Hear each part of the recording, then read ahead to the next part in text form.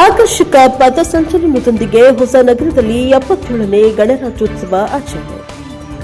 ಹೊಸನಗರದಲ್ಲಿ 77ನೇ ಗಣರಾಜ್ಯೋತ್ಸವವನ್ನು ಶಾಲಾ ಮಕ್ಕಳು ಆಕರ್ಷಕ ಪಥ ಸಂಚಲನದೊಂದಿಗೆ ಸಡಗರ ಸಂಭ್ರಮದಿಂದ ಆಚರಣೆ ಮಾಡಲಾಗಿದೆ. ತಾಲೂಕಾ ದಂಡಾಧಿಕಾರಿಗಳು ತಹಶೀಲ್ದಾರರಾದ ಕೆಎನ್ ಭರತರಾಜುರವರು ಮಹಾತ್ಮ ಗಾಂಧೀಜಿ ಹಾಗೂ ಡಾಕ್ಟರ್ ಬಿಆರ್ ಅಂಬೇಡ್ಕರ್ ಅವರ ಭಾವಚಿತ್ರಕ್ಕೆ ಪುಷ್ಪನಮನ ಸಲ್ಲಿಸಿ ಆಕರ್ಷಕ ಪಥಸಂಚಲನ ನಡೆಸಿದ ಆರಕ್ಷಕರು ಹಾಗೂ ಶಾಲಾ ಮಕ್ಕಳಿಂದ ವಂದನೆ ಸ್ವೀಕರಿಸಿ ಮಾತನಾಡಿ, ಗಣರಾಜ್ಯೋತ್ಸವ ಆಚರಣೆಗೆ ಸಂವಿಧಾನವೇ ಸ್ಫೂರ್ತಿ.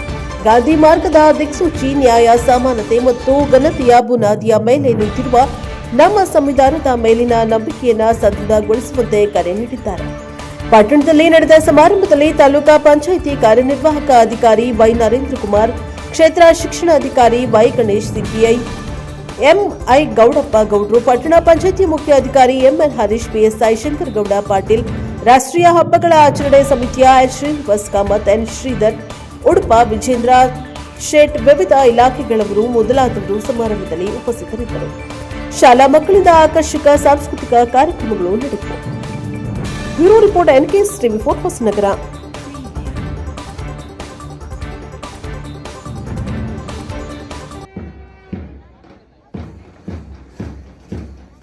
ಶುಭಾಶಯಗಳು.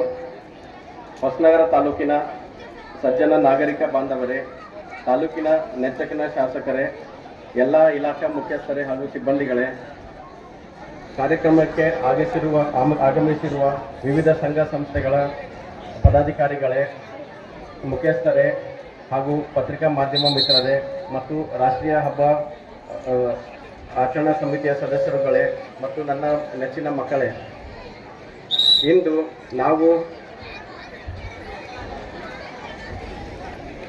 ನಾವು ಭಾರತ ದೇಶಕ್ಕೆ ನಮ್ಮ ಆಡಳಿತದಲ್ಲಿ ನಾವು ಸ್ವತಂತ್ರರಾಗಿ ಬದುಕುತ್ತಿದ್ದೇವೆ ಎನ್ನುವ ಶಪಥವನ್ನು ಸಮಸ್ತ ಭಾರತೀಯರು ಕೈಗೊಂಡ ಪವಿತ್ರ ದಿನ. ಅಂದರೆ ನಾವು ಭಾರತದ ಒಕ್ಕೂಟದ ವ್ಯವಸ್ಥೆಯಲ್ಲಿ ರಾಷ್ಟ್ರದ ಸಾರ್ವಭೌಮತೆಯೊಂದಿಗೆ ನಮ್ಮದೇ ಆದ ಆಡಳಿತ ವ್ಯವಸ್ಥೆಯನ್ನು ಅಳವಡಿಸಿಕೊಂಡ ದಿನ. ಇಂದು ನಮ್ಮ ದೇಶದ ಸಂವಿಧಾನ ಜಾರಿಗೆ ಬಂದ ದಿನ. ನಾನು ಭಾರತ ದೇಶದ ಒಬ್ಬ ನಾಗರಿಕನಾಗಿ ಹೆಮ್ಮೆ ಪಡುತ್ತೇನೆ. ಈ ದೇಶದಲ್ಲಿ ನಾವು ಜನಿಸಿರುವುದು ಅತಿ ಪುಣ್ಯವಾದಂಥ ನಮಗೆ ಕೊಡುಗೆ ಅದು. ನಾನು ಇಂದು ಇಲ್ಲಿ ಸ್ವತಂತ್ರವಾಗಿ ಕೂರಲು ಸಂವಿಧಾನವೇ ಕಾರಣ. ಅದೇ ರೀತಿ ತಾವೆಲ್ಲ ಇಲ್ಲಿ ಶಿಸ್ತುಬದ್ಧವಾಗಿ ತಾವೆಲ್ಲ ಸ್ಪಷ್ಟನ್ನು ಮಾಡಿದ್ದೀರಾ. ಸೊ ಇದಕ್ಕೆಲ್ಲ ನಮ್ಮ ಸಂವಿಧಾನವೇ ಕಾರಣವಾಗಿರುತ್ತದೆ. ಭಾರತ ದೇಶದಲ್ಲಿ ಸಂವಿಧಾನ ಜಾರಿಗೆ ಬಂದ ಮೇರೆಗೆ ಈ ದೇಶದ ಪ್ರತಿಯೊಬ್ಬರೂ ಮೂಲಭೂತ ಸೌಕರ್ಯಕ್ಕೆ ಹಕ್ಕುಗಳ ಸೌಕರ್ಯಕ್ಕೆ ಒಳಗೊತ್ತಿರುತ್ತೀರ. ನಮ್ಮ ಸಂವಿಧಾನದಿಂದ ಎಲ್ಲರಿಗೂ ಸಮಾನತೆ, ಸ್ವಾತಂತ್ರ್ಯ, ಧರ್ಮ, ಸಂಸ್ಕೃತಿ, ಶಿಕ್ಷಣ ಮತ್ತು ಇತರೆ ಹಕ್ಕುಗಳು ವಿಶ್ವದಲ್ಲಿಯೇ ಅತ್ಯಂತ ಸುದೀರ್ಘವಾದ, ಅತ್ಯಂತ ಶಾಸನಬದ್ಧ, ಅತ್ಯಂತ ಲಿಖಿತವಾದ ಸಂವಿಧಾನವಾಗಿರುತ್ತದೆ. ಯಾಕಂದರೆ ನಮ್ಮ ದೇಶವು ಸ್ವಾತಂತ್ರ್ಯ ಸಿಕ್ಕಾಗ ಅತಿ ದೊಡ್ಡ ದೇಶದಾಗಿತ್ತು. ಆದರೆ ಸುಮಾರು 660ಕ್ಕೂ ಹೆಚ್ಚು ಚಿಕ್ಕ ಚಿಕ್ಕ ಪ್ರಾಂತ್ಯಗಳನ್ನು ಬ್ರಿಟಿಷ್ ಆಳ್ವಿಕೆಯ ಕ್ಷೇತ್ರಗಳು ಒಳಪಟ್ಟಿತ್ತು. ಸೊ ಇವೆಲ್ಲವನ್ನು ಒಟ್ಟುಗೂಡಿಸಿ ಒಂದು ದೇಶವನ್ನು ಮಾಡಬೇಕಾಗುತ್ತದೆ ಅಂದರೆ ನಮಗೆ ಒಳ್ಳೆಯ ಸದೃಢವಾದ ಸಂವಿಧಾನ ಬೇಕಾಗಿರುತ್ತದೆ.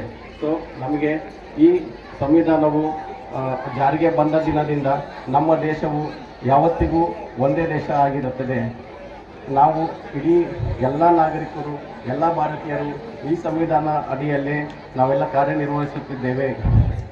ಸಂವಿಧಾನ ಶಿಲ್ಪಿ ಡಾಕ್ಟರ್ ಬಾಬಾ ಸಾಹೇಬ್ ಅಂಬೇಡ್ಕರ್ ಅವರೇ ಹೇಳಿದಂತೆ, ನ್ಯಾಯವೆಂದರೆ ಸ್ವಾತಂತ್ರ್ಯ, ಸಮಾನತೆ ಮತ್ತು ಸೌಹಾರ್ದತೆ. ಅವರ ಈ ನ್ಯಾಯದ ಪರಿಕಲ್ಪನೆಯನ್ನು ಸಾಕಾರಗೊಳಿಸುವ ಧ್ಯೇಯ ನಮ್ಮದು. ಪ್ರಜಾಪ್ರಭುತ್ವ ವ್ಯವಸ್ಥೆಯ ಬೇರುಗಳು ದೃಢವಾಗುವುದು ಇದರಿಂದಲೇ ಎಂಬ ನಂಬಿಕೆ ನಮ್ಮದು.